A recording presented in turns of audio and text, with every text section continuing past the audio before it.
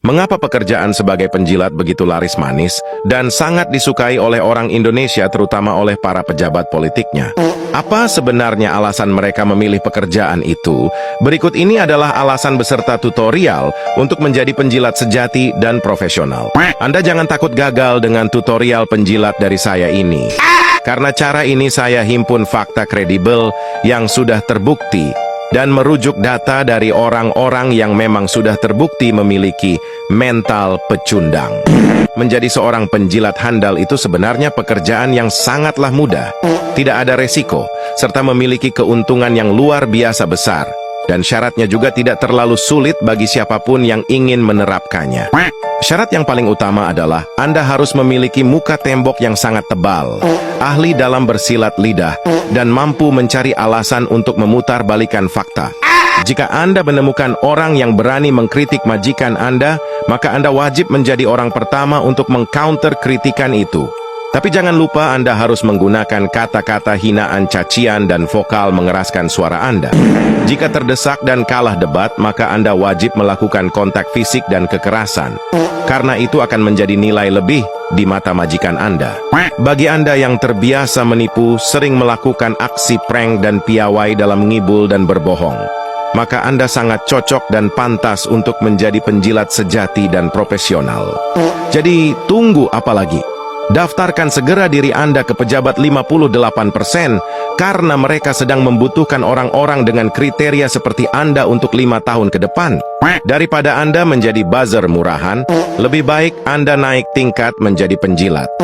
Karena penjilat gajinya bukan uang, tapi jabatan komisaris dan direktur utama di salah satu BUMN, serta keamanan dan kekebalan hukum terhadap Anda.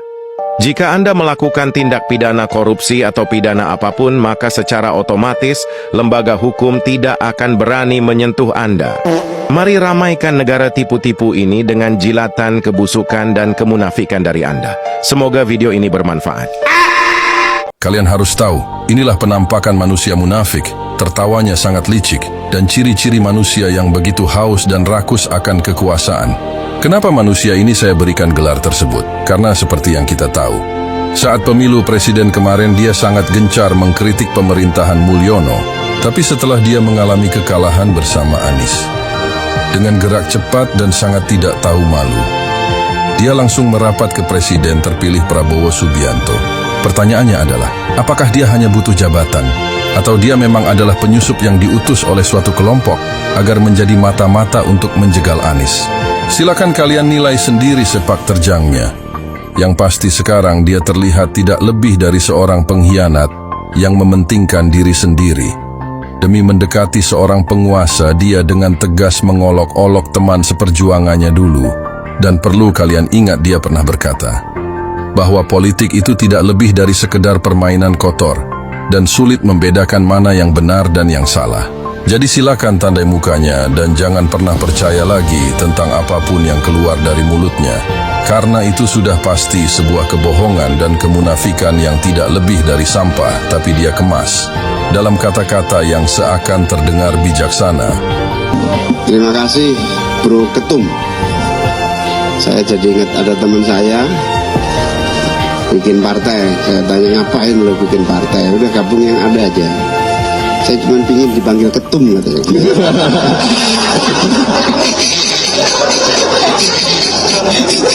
Pesan saya untuk orang ini, memang politik itu suatu hal yang tidak bisa diprediksi.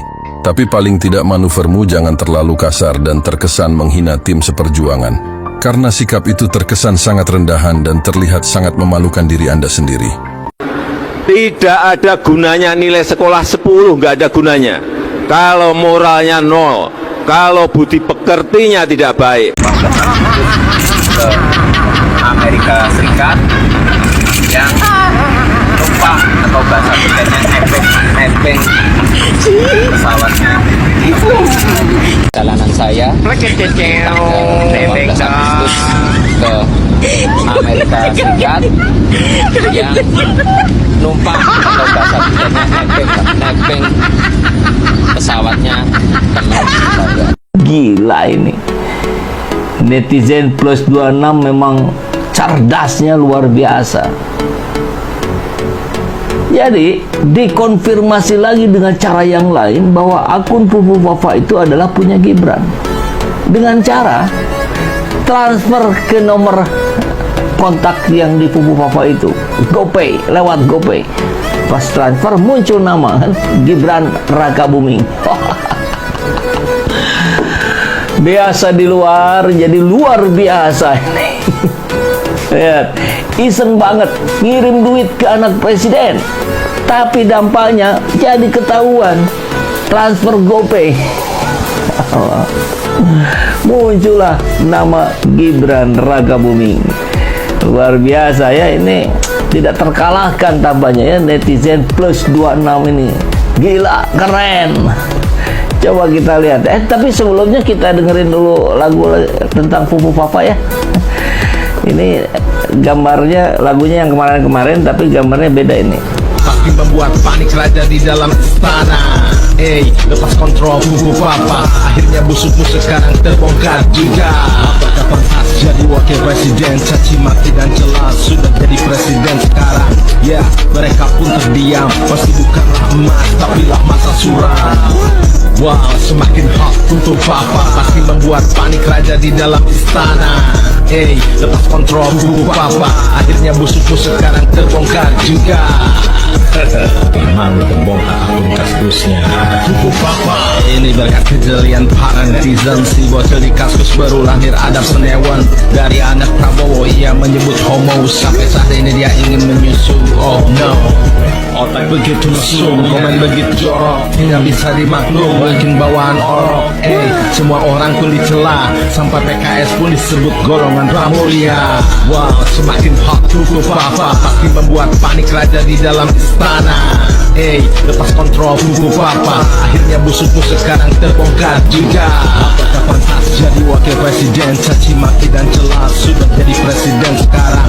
Ya, mereka pun terdiam, pasti bukanlah emas, tapilah masa suram. Wow, semakin hot untuk Fafa, pasti membuat panik raja di dalam istana.